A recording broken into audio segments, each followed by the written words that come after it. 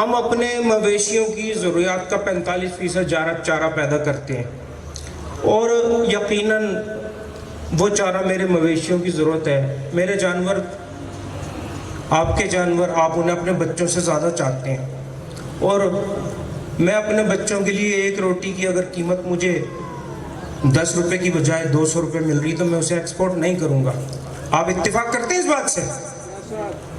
تو حکومت وقت کی یا پچھلی حکومتوں کی یہ پالیسی رہی ہے کہ ہم 45% چارہ پیدا کرتے ہیں، وہ بھی ایکسپورٹ کر دیا جاتا ہے، جبکہ وہ میرے مویشیوں کی ضرورت ہے۔ جب 45% چارہ ایکسپورٹ ہو جاتا ہے، دیکھیں چوکر کو ایکسپورٹ کر دیا جاتا ہے، بنولا میل کو ایکسپورٹ کر دیا جاتا ہے، رائس پالش کو ایکسپورٹ کر دیا جاتا ہے، اور دیگر چیزوں کو بھی ایکسپورٹ کر دیا جاتا ہے جو میری ضرورت ہے، میرے مویشیوں کی ضرورت ہے۔ اور جب وہ ایکسپورٹ ہو جاتی ہیں تو طلب بڑھ جاتی ہے، رسد کم ہو جاتی ہے، اس کی قیمتیں بڑھتی ہیں، اس کا امپیکٹ آتا ہے کاسٹ آف پروڈکشن پہ۔ کاسٹ آف پروڈکشن بڑھتی ہے تو عوام الناس کی قوت خرید سے باہر چلی جاتی ہے، حکومت کا نزلہ ہم پہ گرتا ہے۔ تو بہت زیادہ ضرورت اس چیز کی ہے کہ ان اجناس کی ایکسپورٹ پہ پابندی لگائی جائے،